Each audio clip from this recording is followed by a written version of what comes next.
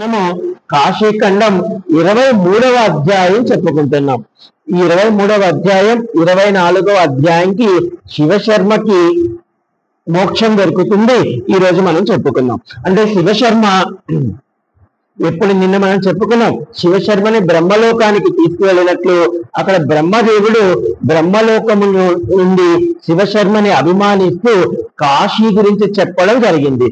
అయితే ఈయనకి కొన్ని సందేహాలు మొదలైనవి. ఏమో ఎక్కడెన్నో లోకాలు తీసుకొని పోతూ ఉన్నారు వీళ్ళు, నాకు మోక్షం సంగతి ఏమిటి, ఎక్కడికి వెళ్ళినా ఏదో ఒక లోకం గురించి కాశీ గురించి చెప్తున్నారు, ఏమిటి నా పరిస్థితి అని అంటే చూస్తున్నాం. ఇక్కడ చెప్తాడు, మనకున్నటువంటి ఈ కాశీఖండ 23వ అధ్యాయంలో బ్రహ్మలోకంలో బ్రహ్మదేవుడు సైతం కాశీ మహిమలు చెప్పగా శివశర్మ దివ్య దేహములకు అనేక సందేహములు కలిగేవి. ఏమి కలిగాయి అంటే, శివశర్మ ఏ లోకానికి వెళ్ళినప్పటికీ చక్కటి గౌరవం దొరుకుతుంది నాకు, అలాగే చక్కటి ఆతిథ్యము లభిస్తుంది, అందులో ఆ లోకములో ఉన్నటువంటి అధిపతి ఎవరైతే ఉన్నారో ఆయన నన్ను గౌరవిస్తున్నాడు. ఇప్పుడు శని లోకానికి వెళ్ళాడు, శని భగవానుడు గౌరవించాడు. యమలోకానికి వెళ్ళబోతుంటే యమధర్మరాజే ఎదురొచ్చాడు. అంటే ఏ లోకానికి వెళ్ళినప్పుడు ఆ లోకం యొక్క అధిపతి నన్ను గౌరవిస్తున్నారు, కానీ వాళ్ళు మాకు ఈ కీర్తి వచ్చినందుకు, లేదా మేము ఈ రోజు ఈ లోకంలో ఇలా మేము ఉన్నామంటే విశ్వనాథుడి దయ, కాశీ మహిమ అని చెప్తున్నారు. కాబట్టి ఈయనకి సందేహాలు ఏమొస్తున్నాయి. మరియు కాశీ గొప్పతనం గురించి వివరించగా శివశర్మ దివ్య దేహము జీవించి ఉండగా సప్తపురి మోక్షయాత్రలు అయితే చేశాడు, కానీ ఆయన యొక్క దివ్య శరీరము హరిద్వార్లో చనిపోయాడు. ఆయన అనుకుంటున్నాడు, అంటే అక్కడ స్మృతికు గుర్తొస్తుంది, నేను హరిద్వార్లో చనిపోయాను, ఇప్పుడు నాకు మోక్షం సంగతి ఏమిటి, ఇక వీళ్ళు ఎన్ని లోకాలు తిప్పుతారు నన్ను అని అనుకుంటున్నాడు. ఇది గమనించిన బ్రహ్మదేవుడు, ఓ శివశర్మ, అంటే శివశర్మ దివ్య దేహముతో నీతో వచ్చినటువంటి విష్ణుదూతలు ఎవరైతే ఉన్నారో వాళ్ళకి సర్వము తెలుసు, ఆ విష్ణుదూతలకి అన్ని తెలుసు, నీ వచ్చిన సందేహాలను కూడా వాళ్ళు నివృత్తి చేయగలరు, కాబట్టి వాళ్ళతో నువ్వు చక్కగా వెళ్ళి అని బ్రహ్మదేవుడు చెప్పడం జరిగింది. బ్రహ్మదేవుని అనుమతిని పుచ్చుకొని బ్రహ్మలోకం నుంచి సెలవు పుచ్చుకొని శివశర్మ విష్ణుదూతలు వైకుంఠమునకు ప్రయాణం అయ్యారు. అంటే బ్రహ్మలోకం నుంచి వైకుంఠానికి వెళ్తున్నారు. బ్రహ్మలోకం నుంచి విష్ణులోకమునకు దారి మధ్యలో శివశర్మ విష్ణుదూతలను అప్పటికి నీరసం వచ్చేసింది ఎవరికి, ఆయన దివ్య ఆత్మకు. ఆయన అంటున్నాడు, మనం ఇంకా ఎంత దూరం పోవాలి, ఇప్పటికి ఎంత దూరం మనము వచ్చి ఉన్నాము అని అడగడం శివశర్మ దివ్య దేహముకు. మనం కూడా కళలో కూడా అడుగుతూ ఉంటాం అప్పుడప్పుడు, మనకు కూడా కళలో ఎవరైనా కనబడి ఎక్కడికైనా తీసుకొని పోతుంటే, అబ్బా నా కాళ్ళకు ఇంకా రాలేను, లేకపోతే ఇంకా ఎన్ని రోజులు ఉందనో మనం అలా అనుకుంటూ ఉంటాం. అలా ఈయన కూడా అడుగుతున్నాడు. అంటే విష్ణుదూతలు ఇప్పటికీ వచ్చినటువంటి లోకముల మధ్య దూరములు చెప్తున్నారు. ఇది చక్కగా మనం కూడా విందాము. ఈ లోకముల మధ్య దూరము విన్నంత మాత్రాన, అంటే నేను మీకు ఈ అధ్యాయం తర్వాత ఒకటి చెప్పాలనుకుంటున్నాను. అంటే ఈ లోకాల దూరం అంటే మనకు జీవించి ఉండగానే వింటున్నాము, అంటే ఇంకా మనకి పరలోక యాత్ర అంతగా లేదు, మన కాశీలో ఉన్నాం అందరం. కాబట్టి సాక్షాత్తు మనం ఇక్కడ చనిపోతే ఇక డైరెక్ట్ మన కైలాసం కూడా కాదు, ఈశ్వరుడి హృదయంలోకి వెళ్ళిపోతుంది. ఇక మనకి లోకాలతో పని లేదు, కైలాసంతో కూడా పని లేదు. మనం ఎందుకంటే సాక్షాత్ మనకి కాశీఖండంలో చెబుతూ ఉంటుంది, ఈశ్వరుడు కైలాసంలో ఉంటాడు, కానీ ఆయన మనసు అంతా కాశీలో ఉంటుంది. కాబట్టి ఆయన మనసులోకి వెళ్ళిపోతాం మనం, ఇంకా అవసరం లేదు ఇక మనకి. కాబట్టి చూడండి, ఒక్కసారి ఈ యొక్క లోకాల మధ్య దూరం చెప్పే ప్రయత్నం చేస్తాను, చక్కగా వినండి. ఎందుకంటే మనము కూడా ఈ పరలోక యాత్రని మనం చూసుకున్నట్లయితుంది. ఏమిటంటే భూమికి 5 లక్షల యోజనాల దూరంలో సూర్యలోకం ఉంది. అంటే భూమికి 5 లక్షల యోజనాల దూరంలో సూర్యలోకం ఉంది. అంటే ఇప్పుడు మీ అందరికీ సూర్యుడు కనబడుతున్నాడు కదా, అంటే భూమి నుంచి సూర్యమండలం ఎంత దూరంలో ఉంది అంటే 5 లక్షల యోజనాల దూరంలో ఉంది. అంటే సూర్యనారాయణ మనకు కనబడుతున్నాడు. మనం నిజంగా సూర్యలోకానికి వెళ్ళాలంటే ఆయన అనుమతి లేకుండా ఉంటే మనం బూడిదైపోతాం ఆయన వేడికి, కానీ ఆయన అనుమతి ఉంటే మనం వెళ్ళగలము. అయితే సూర్యలోకము నుండి 1,00,000 యోజనాల దూరంలో చంద్రలోకం ఉంది. అంటే మనకి చంద్రుడు కూడా కనబడుతూ ఉంటాడు.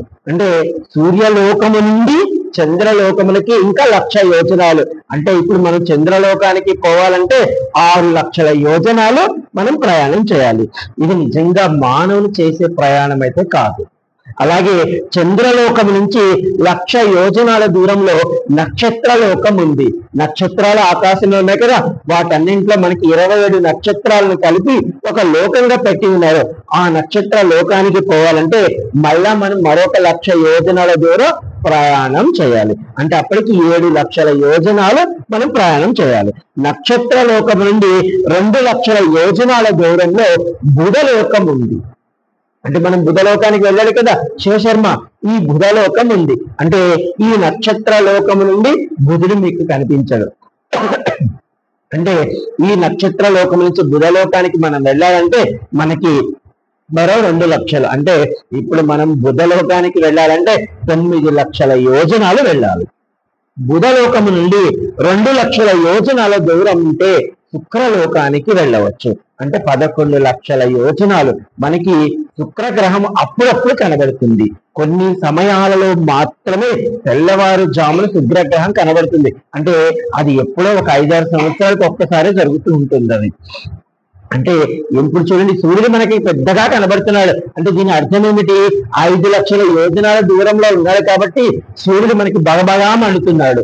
చంద్రుడు ఆయన మీద ఇంకొక 1,00,000 యోజనాల దూరంలో కొంచెం చల్లగా కనబడుతున్నాడు. ఇక మిగతా పోను దూరం అయిపోతాయి కాబట్టి కనబడవు. ఇది అన్నమాట. శుక్రలోకం నుండి మరో 2,00,000 యోజనాల దూరం మీరు వెళితే కుజలోకానికి వెళ్తాము. అంటే మనకి కుజ దోషం అంటున్నాం కదా, ఈ కుజలోకానికి వెళ్తాము. ఈ కుజలోకం నుండి 2,00,000 యోజనాల దూరంలో బృహస్పతి లోకం ఉంది. అంటే గురులోకం. మనకి గురువు కూడా అప్పుడప్పుడు గ్రహం కనబడుతూ ఉంటుంది. అంటే ఇప్పుడు మన గురులోకానికి భూమి మీద నుంచి గురువు దగ్గరికి పోవాలంటే 15,00,000 యోజనాలు మనము ప్రయాణం చేయాలి. అంటే ఈ శరీరంతో అయితే మనం వెళ్ళలేము. బృహస్పతి లోకం నుండి 2,00,000 యోజనాల దూరం ఉంటే శనిశ్చర లోకానికి వెళ్ళవచ్చు. అంటే 17,00,000 యోజనాలు దూరం కానీ మనం వెళ్ళినట్లయితే శని లోకానికి వెళ్ళవచ్చు. కానీ ఇప్పటికీ శని భగవానుడు కనపడినట్టు ఎక్కడ లేదు. అంటే బృహస్పతి ఈ యొక్క ఇది మనకు కనపడదు. శనిశ్చర లోకం నుండి 1,00,000 యోజనాల దూరంలో సప్తఋషి లోకానికి వెళ్ళవచ్చు. అంటే సప్తఋషి లోకము అప్పుడప్పుడు మనకు కనబడుతూ ఉంటుంది. అంటే మీరు చూడగలిగితే 3 నక్షత్రాలు ఒకలా, ఈ కిందకు ఒకలా ఉండి మళ్ళీ ఇలా ఉంటుంది. అంటే మనకి స్వస్తిక్ సింబల్లో ఇలా ఉన్నట్టు ఇలా ఉంటుంది. అంటే ఈ సప్తఋషి లోకం, ఈ సప్తఋషి లోకానికి మీరు వెళ్ళాలంటే 18,00,000 దూరం యోజనాలే. ఎందుకంటే అరుంధతి కోసం మనకు కనబడుతుంది. ఎందుకంటే ఈ సప్తఋషి లోకంలో మనం అరుంధతి మాతను చూపించాలి, భార్యాభర్తలు ఇలా ఉండాలి అని చెప్పడం కోసము ఈశ్వరుడు అది కనపడేలాగా చేశాడు. అక్కడి నుంచి అంటే ఈ సప్తఋషి లోకము నుండి 1,00,000 యోజనాల దూరం మీరు వెళ్ళినట్లయితే ధ్రువలోకానికి వెళ్ళవచ్చు.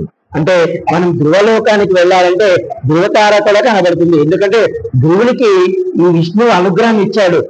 ఉన్న లోకాలన్నింటికి కూడా గొప్ప వెలుగులా నీవు ఉంటావు అని చెప్పడం జరిగింది.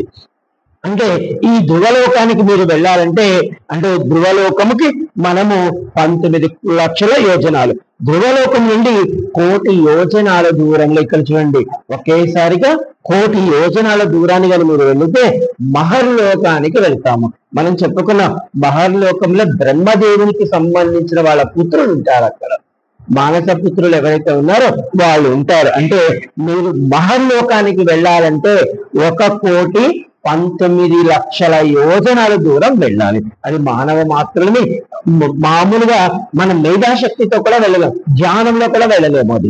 అలాగే మహర్లోకం నుండి 1,000,000 యోజనాల దూరంలో జనలోకం అంటే మరొక 1,000,000 అంటే 2,19,00,000 యోజనాల దూరం మీరు వెళితే జనలోకానికి వెళ్ళవచ్చు. అంటే అక్కడ సాక్షాత్ ఎవరైతే వాళ్ళ జీవిత పర్యంతము లోకం కోసమే అంటే ఎప్పుడు పరుల సేవ చేస్తూ ఉంటారు. ఇప్పుడు హనుమ ఉన్నాడు, హనుమ తనకంటూ ఏదీ చేసుకోలేదు ఇంతవరకు. కాబట్టి అలాంటి వాళ్ళు ఎప్పుడు పరసేవ విశ్వ అని వాళ్ళు ఉంటారు అక్కడ. అలాగే జనలోకము నుండి 4 కోట్ల యోజనాల దూరంలో తపోలోకం ఉంటుంది. అంటే తపస్సు ఎవరైతే చేసుకుంటారో, మనకి బ్రహ్మదేవునికి ముందు తనకి 4 పుత్రులు పుట్టారు. వాళ్ళు ఈ యొక్క బ్రహ్మదేవుడు నాయన సృష్టి రచనలో మాకు సాయం చేయమంటే మీకు ఒక నమస్కారం అండి, ఆ కర్మబంధాల్లో మేము ఇరుక్కోలేము, ఎందుకంటే రచన చేయడం వల్ల కూడా ఇరుక్కుంటాం అక్కడ. కాబట్టి అక్కడి నుంచి వాళ్ళు తపోబలానికి వెళ్ళిపోతారు. అంటే ఇప్పుడు మనం తపోలోకం వెళ్ళాలి అంటే 6,19,00,000 యోజనాల దూరం వెళ్ళాలి. ఎందుకంటే బ్రహ్మదేవుడు కూడా చూడండి సృష్టి రచన చేస్తూ ఉన్నప్పుడు ఆయన ఎన్నో సార్లు కొన్ని అవకతవకల వల్ల ఎంతో మంది రాక్షసులు పుడతారు. ఎంతో మందికి మంచి అంటే సృష్టి మంచి జరుగుతుంది, కొంత రాక్షసులు కూడా అదే ఇవి లీల కోసం జరుగుతుంది. అంటే దీనిలో కూడా కర్మలోపం ఉంది కదా. కొన్ని సందర్భాల్లో ఒకానొక రాక్షసులకు కూడా బ్రహ్మ సేవకుడిగా మారాల్సిన పరిస్థితి ఏర్పడుతుంది. ఎందుకంటే రావణుడు కూడా బ్రహ్మని అంటే రావణాసుడు ముందు బ్రహ్మ కూడా ఏమి చేయలేడు, అలాంటి వరం ఉంది అక్కడ. తపోబలం లోకము నుండి 8 కోట్ల యోజనాల దూరంలో సత్యలోకం ఉంది. అంటే మనం ఇప్పుడు బ్రహ్మలోకానికి పోవాలంటే 14,19,00,000 యోజనాల దూరం వెళ్ళాలి బ్రహ్మలోకం వెళ్ళాలంటే. కానీ మన అదృష్టం కొద్దీ మనం అంత దూరం ఇప్పుడు వెళ్ళనక్కర్లేదు. మనము రేపు కార్తీక మాసం 3 రోజులు మీరు పంచగంగా తీర్థం వద్ద స్నానం చేస్తే మీరు డైరెక్ట్ గా బ్రహ్మలోకానికి వెళ్ళిపోతారు. అంటే బ్రహ్మలోకం కూడా వద్దు మనకి. బ్రహ్మలోకం నుండి 8 కోట్ల యోజనాల దూరంలో వైకుంఠము ఉంది. అంటే ఎవరైతే విష్ణు ఎందుకు ప్రీతిని పొంది ఉంటారో వాళ్ళు వైకుంఠానికి వెళ్తారు. అంటే వైకుంఠానికి మీరు వెళ్ళాలంటే బ్రహ్మలోకం నుంచి మళ్ళా 8 కోట్లు అంటే 22,19,00,000 యోజనాల దూరం వెళితే మనం వైకుంఠానికి వెళ్ళి విష్ణుమూర్తి పాల సముద్రంలో లక్ష్మీదేవి పాదాలు ఒప్పుతూ ఉంటే ఆయన్ని వెళ్ళి శేష పానుపు పైన పడుకొని ఉంటే ఆ లక్ష్మీనారాయణ్ణి శంకు చక్రాలతో ఉన్న ఆయన్ని మనం చూడవచ్చు. అంటే నేను అలా చూసొచ్చాను కూడా అంటే మీకు చెప్తున్నాను. 22 అంటే ఇప్పుడు మనం అక్కడికి వెళ్ళాలంటే వైకుంఠం నుండి మరో 14 కోట్ల యోజనాల దూరం కానీ వెళితే అంటే మనము కైలాసము వెళ్ళగలము. అంటే 36,19,00,000 యోజనాల దూరం వెళితే మీరు కైలాసం వెళ్ళగలరు. అంటే ఇప్పుడు మన చైనాలో ఎక్కడ చూపిస్తున్నారు కైలాసం, మానస సరోవరం. ఇప్పటి వరకు మానస సరోవరం వరకు అయితే వెళుతున్నారు, ఆ కైలాసం కొండ మీదకి ఎవరు ఎక్కలేస్తున్నారు. అర్థమవుతుందా? అంటే చూడండి ఏమో అక్కడ ఎంత దూరం అనేది చెప్పలేము.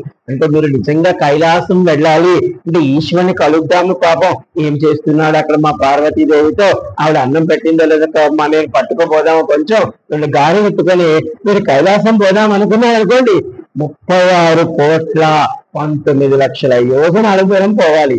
ఈ లోపల మనం ఉంటామో పోతామో తెలియదు, గాలి సంగతి తెలియదు. అంటే మన అదృష్టం కొద్దీ మనందరం మహాపుణ్యాత్ములము. ఎంత పుణ్యాత్ములం అంటే 36,19,00,000 యోజనాల దూరం ఎక్కడ వెళతారు వీళ్ళు అని మన కోసమే కాశీలో ఉన్నాడు విశ్వనాథుడు. చూడండి మనం ఇక్కడ కూర్చొని కాశీలో మనం ఇక్కడ కూర్చొని ఓ విశ్వనాథ అంటే వచ్చేస్తాడు ఆయన, భోలా శంకరుడు. మీరు మనస వాచ కర్మన మీరు విశ్వనాథ గుడి దగ్గర కూడా వెళ్ళట్లేదు.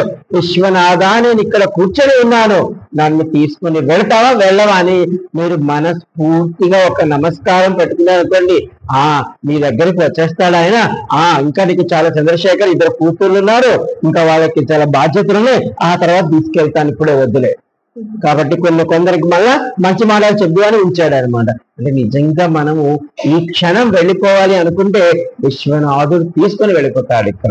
అంటే మీరు నిజంగా ఆ భక్తి స్థాయిలోకి వెళ్ళి అన్ని సంపూర్ణంగా వదిలేయాలి.